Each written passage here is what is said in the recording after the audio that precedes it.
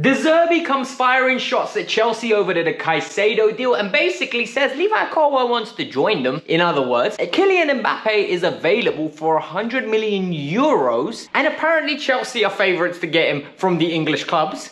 And finally, Vivell just got hired, didn't he? Vivell literally just on gardening leave because he left Leipzig. Well, guess what? He's on gardening leave because he's leaving Chelsea. Our sporting director, the one of three, is leaving now. Let's get into it. Today's video is going to be a partial rant. I want to apologize in advance. Welcome to the Kavkas View, braduki. It's your favorite YouTube channel, favorite show. It's as easy as it gets. The Kavkas View is what everybody loves, right? Surely, because you made it this far, clearly you love it as well. But welcome to the channel. Today's video is going to be insightful. You got the running order. All three are massive stories. I've literally sat here for maybe 15 minutes trying to discuss in my own head. Which story do I start with? But we're going to start with the Mbappe, Caicedo, Vivell. You need to stay tuned for the Vivell part because it's absolutely interesting. What is going on with this club? What is going on in the top? The head of the snake is the most important part. And everything else trickles down. And we have got disruption on evidence once again.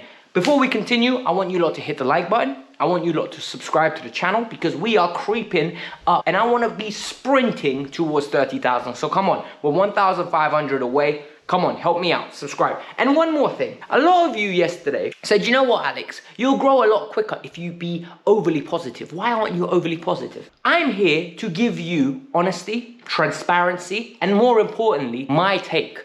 Why am I going to come here in my own time and lie to you? I don't want to build a community of where everything's hunky-dory, everything's flowers, everything is absolutely Peter Pan and Tinkerbell. In my platform, I want realism, honesty, and the truth. And for me, the club is doing some great stuff. Don't get it twisted. We are doing great stuff, but we can be better in some aspects. And some aspects are horrible. And the Vivell issue is horrible. And we will get to that right now. Let's move on with it. First, let's laugh about Kylian Mbappe because what's going on with Kylian Mbappe is an absolute mind-boggling experiment. There is no way this isn't fixed or a reality show. Because Mbappe signs a 2-year deal with an extension of a third. PSG gets suckered into it. I don't know how they offered him that deal. Now Mbappe writes a formal letter that he wants to leave. We know that part. And today we received that Mbappe wants to basically stay at PSG for another year.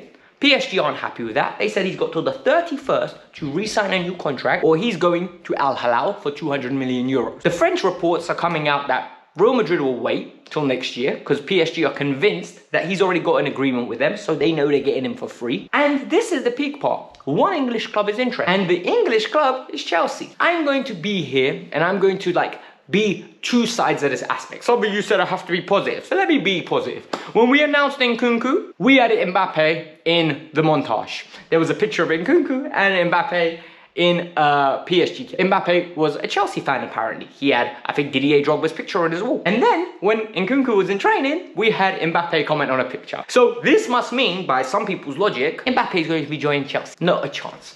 Kylian Mbappe will not look at Chelsea in this current iteration. Honest, I'm telling you what you need to hear, not what you want to hear. The reason he won't join Chelsea, in my opinion, we don't have Champions League football.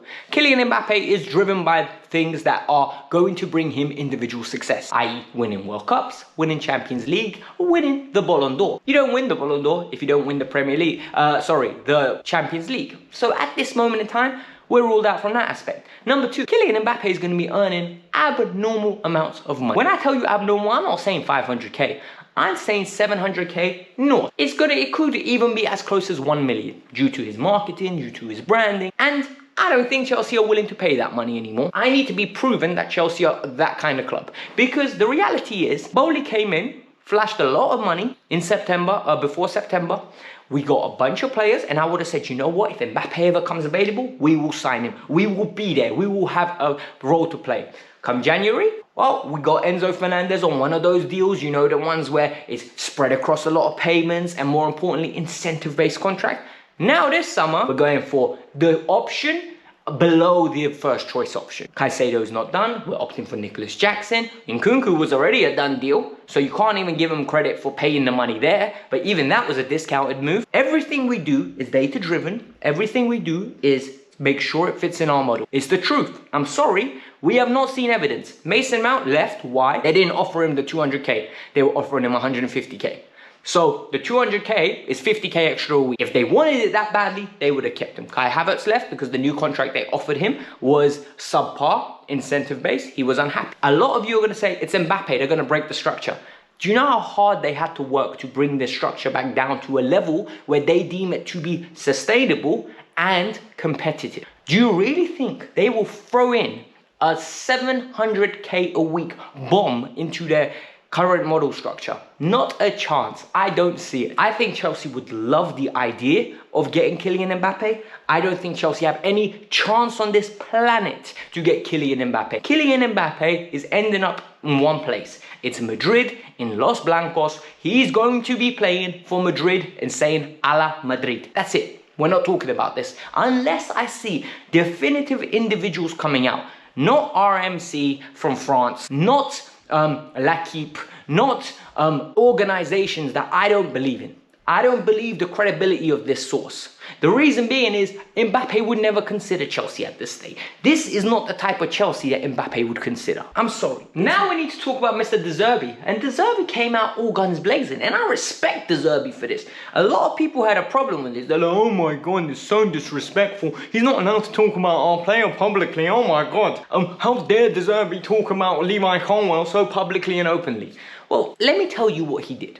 He sat in a press conference where nearly every question was based around Moises Caicedo, and they asked him, is he going to be in the team? Is he going to be here? And he repeated, Moises Caicedo is not going to play tomorrow, and the reason he's not going to play is because he's only been in training for 2 days.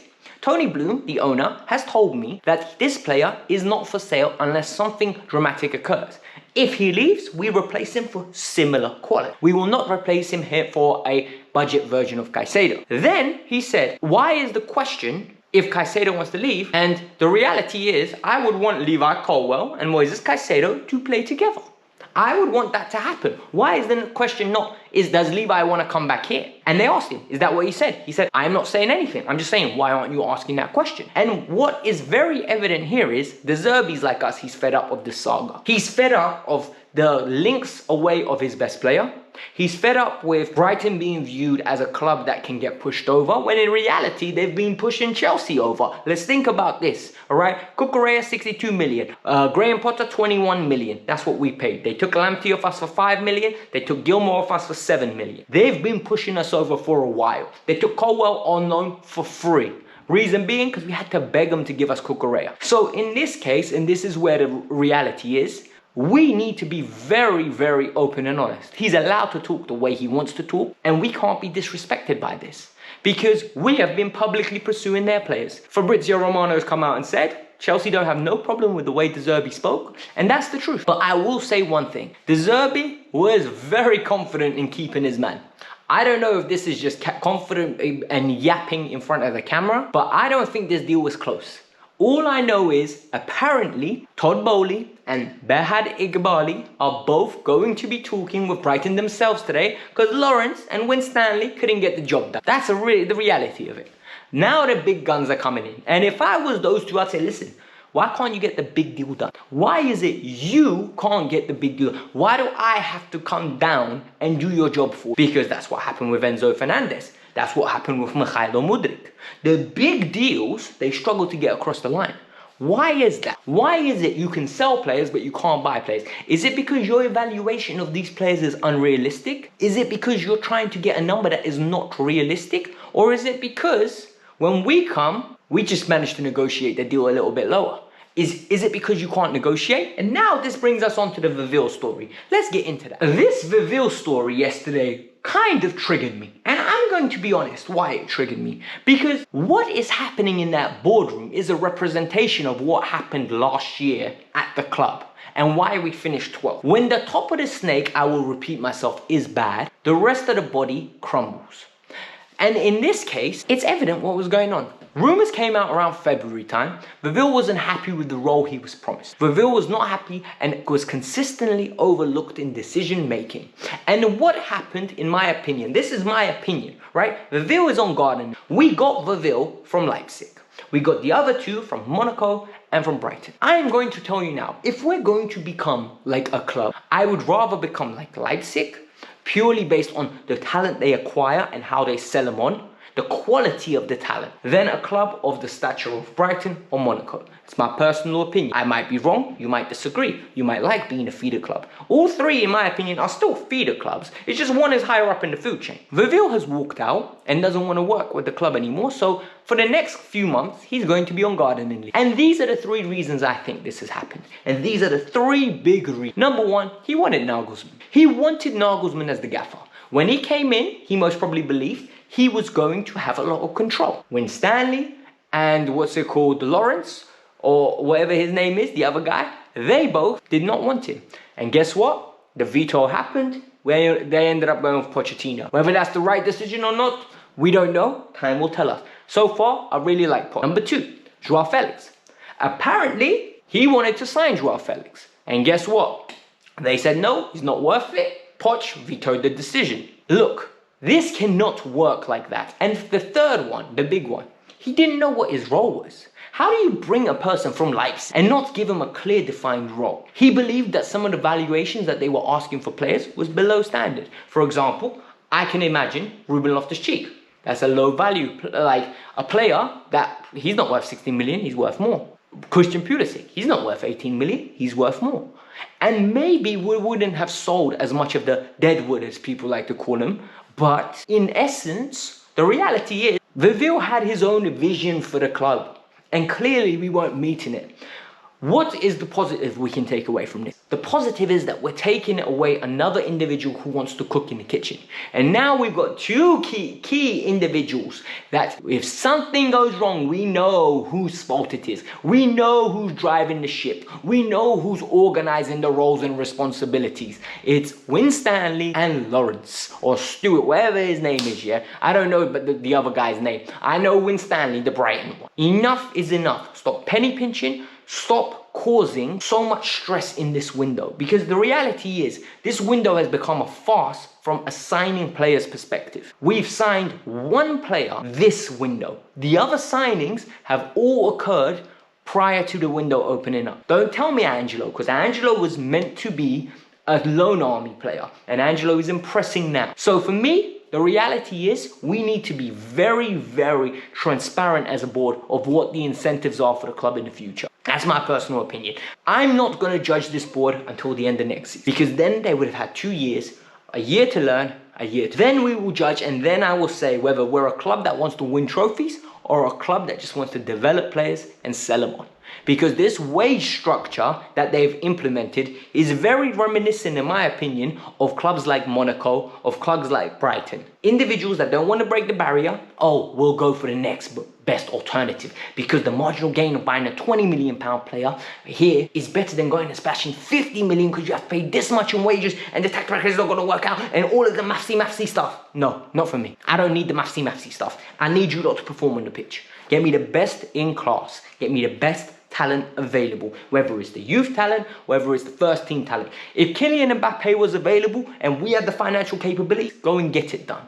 As long as it fits in our system, go and get it done. And the system can't be incentive-based contracts. Top players won't come here for incentive-based contracts. I'm sorry.